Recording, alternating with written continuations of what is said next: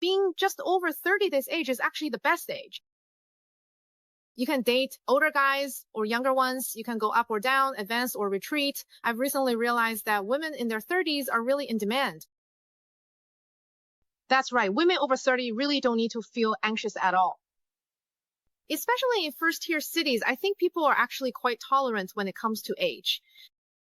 People's views on marriage and relationships are gradually maturing now. A sign of this maturity is that you can actually look to the West for reference. Although we won't completely follow Western standards, a lot of things are blending together culturally. So many aspects are gradually shifting in that direction. Our acceptance of age is changing. Before, people might have only liked those under 25, but now younger men like older women, and you can't control that. Whether it's just a transitional phase, a short-term appreciation, or even if at first he's just looking for something free, right? The fact is, people genuinely do appreciate women who have careers, who are thoughtful, and who have life experience. That kind of charm really exists, and people truly are attracted to it. This kind of attraction can start as simple admiration, and gradually it can develop into a desire to be with that person. I might even want to marry her. These things are all possible. In fact, based on the people who come to me for advice, and the many cases I've seen, there are actually quite a lot of women in their early 30s, like 30 or 31 or 32, who are able to marry very well. It's not as anxiety-inducing or bleak as people often say. The idea that once you're over 30, your value drops dramatically and no one wants you anymore, I really advise everyone not to pay attention to those bloggers who excessively spread anxiety. I think it's fine to be aware of age, because age is really only related to fertility, and you can use various methods to preserve your rights. But there's no need to pay too much attention to those who keep trying to manipulate you, saying that your value drops after 30. In reality, they're just trying to profit from you, just trying to convert you. I have to be honest with this is truly how I see it, at least. I think that before the age of 30 or even 23, the level of acceptance is still very high. At this age, you already have some work experience. If you graduated with a master's degree, you'd have about 5, 6, or 7 years of work experience. If you graduated with a bachelor's degree, you'd actually have almost 10 years of work experience. By this time, your understanding of the workplace and of human nature has deepened, right? Including your understanding of menu should also have had some experience in relationships by now. At this point, if you start dating an older guy, right, the chances of being able to actually have a conversation with him are much higher. To be honest, if the gap between you is too big, you just can't understand each other at all. In the older guy's eyes, you're just an accessory, just a pet. Yeah, just someone he can turn to for a bit of fun whenever he feels like it. That's the kind of role you're in. But your position is bound to change. People ultimately need something spiritual.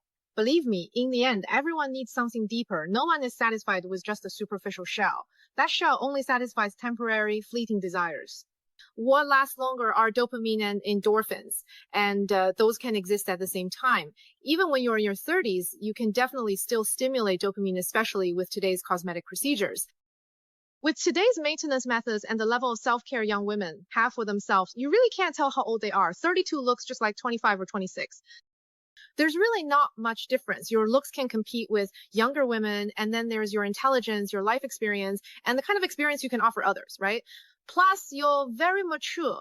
At this point, younger guys are attracted to you, and they might even feel like they're not quite worthy. They see that you, as an older woman, have so much knowledge, whether it's about money or resources they haven't been able to attain yet. Very soon, or even right now, you'll become highly sought after, even if it's just for a short-term relationship. I'm telling you, your early 30s are exactly that age.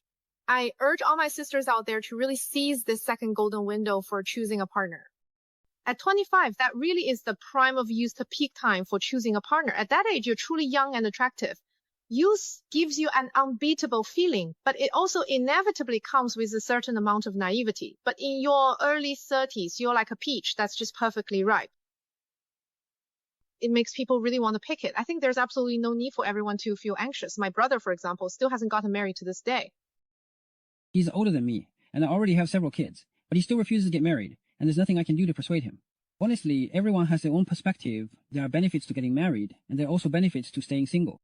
But with not getting married, there's one issue. A lot of people actually can't make it through their whole life that way. I'm not trying to be alarmist here. I'm not saying they can't live well, but that they can't make it all the way. In life, people need an anchor point of attachment, something or someone to revolve around. Most of the things you do are centered on this point.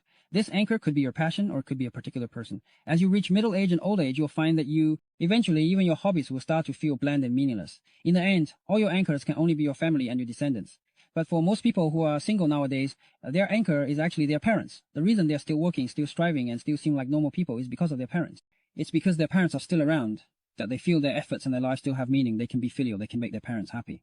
But after all, parents are getting older, and sooner or later they will leave us. When that happens, these young people who embrace singlehood will no longer be able to find a sense of belonging from the outside world or feel needed by others or by the world. They'll fall into a kind of emptiness. Actually, at first, things might still seem normal, but then one day, maybe at dusk, a sudden wave of sadness hits, or perhaps a fleeting moment triggered by something they see, like watching another family. Seeing others together happily as a family, suddenly, that scene stirs up emotions. It brings on this sense that life is meaningless, and for many people it's very hard to make it through to the end. Of course, actually, most people who choose to remain single have probably thought about this when they were younger. This issue, when you're young, you want to enjoy life, travel the world, or do whatever you want. But then one day, you can't keep going anymore, or you just don't want to continue. And then to be blunt, I think a man should be making at least 20 or 30,000 a month by the time he's 30. But you're already in your 30s, and after all these years, you still haven't found any water? You sure you still want to stick to your previous standards? I used to insist on someone being 1.8 meters tall, but now I've lowered it to 1.75. Since I'm compromising on height, the finances have to be top-notch. He should be making at least 20 or 30,000 a month. That's only about 100 a year, you know? Why do you want someone with an annual income of over 300? Because with 300 a year, life isn't so stressful. Anything less just isn't enough. What kind of life only spends 300 a year? You have to pay for a new car, a mortgage, a wedding, and then raise kids if you have less than that. It definitely won't be enough. My ex-boyfriend used to make over 200 a year, and even that wasn't enough to settle down. How could it be impossible to settle down on over 200 a year? Housing prices in Chongqing aren't even that high. Maybe you guys are just used to spending freely? No, that's not it. It's because both of us are from the county. I have a younger brother, and he has an older brother. Our families, basically, if there's any help, it's just from next door. We were high school classmates. He didn't get into college after high school, so he started working as a host. When I graduated from college, he rented an apartment near my company. While I was working, he was out delivering food and managed to save up some money. Later, when we talked about getting married, my family said, I'm a college graduate, so he needs to have a stable job. He can't be out running around all day and just come home at night. So, did you two break up then? He used his savings to open a stir-fry restaurant, but because of that, we didn't have any money left to buy a house. Plus, in the first couple of years, at best, the restaurant just broke even. It wasn't until this year that business finally picked up, and now he's making 17 or 18,000 a month, but by then he was almost 30 and only just got married. His parents also helped me out, and it was only then that he really started earning money. he doesn't have much in savings either. Even if he's short by just 200,000, it would still take several years to save up enough for a down payment. My mom and dad think I'm getting older, and to be honest, when I'm with my friends, the feeling is your ex-boyfriend is over 1.8 meters tall, hardworking, ambitious, and not even 30, but already making over 200,000 a year. He's just about to enjoy the fruits of his success, just one step away. Do you really want to wait a few more years just to buy a house? After all, a woman's youth can't withstand too much waiting. You could totally get married first and buy a house later, but if I get married, everyone else has something, and I have nothing. My family definitely wouldn't accept that, and I also feel like he doesn't understand a woman's expectations for marriage. What you give me now and what you might rent to me in the future are completely different. Plus, I have weekends off and all the holidays off. He's just stuck in the shop all day, watching over it, so he can't spend time with me at all. Anyway, it was all these different reasons that led to our breakup. So, based on your ex-boyfriend's income, you're looking for someone who makes an extra 100 a year, plus you've added requirements for a house and a car, right? That's right. I'm sure there are men under 30 who make over 200 or even 300 a year. That's 2,000 or 3,000 a month, right? How long have you been single? 2 or 3 years. It's been that long and you still haven't found anyone. Does your family think about that? These requirements are something our whole family discussed together. Having a house and a car is a basic standard for marriage. As for income, you can't just keep lowering the bar, right? And the job should be stable. Running a shop means no holidays and never coming home. Ideally, someone working at a state-owned enterprise during the National Day holiday would be best. For example, someone like a programmer or engineer, a science or engineering guy, a teacher family oriented, knows how to live well. Someone working at a state or central enterprise, an engineer earning 300 a year, he'd have a graduate degree. After a few years, he could buy a house and car, and his family background wouldn't be bad. A guy with a high education, high income, good family, and over 175 centimeters tall, why would he choose you? A rural woman who's older, has a younger brother, and doesn't have a house or car. A girl whose parents don't have a pension and who's never been married? Honestly, that's basically impossible. So, should I obediently consider divorced men with kids while I'm still single and become a stepmom? Besides, the gap between us isn't even that big. Like I said, if my ex-boyfriend was in his 30s, he could have those qualifications too. The reason your ex-boyfriend was willing to be with you is because you two had a deep emotional connection. He was willing to work hard to earn those things for you. He was paying for your relationship and the time you spent together, not because your personal value alone is worth that much. But when it comes to guys you meet through matchmaking, they don't have any emotional connection with you, so with your conditions, you wouldn't even get the chance to meet them. Why would he be willing to pay that price for a stranger, an older single woman? Even your ex-boyfriend, if he's looking for someone now, there's no way he'd choose a girl with the same conditions as you, because your personal value isn't equal to his. Do you understand?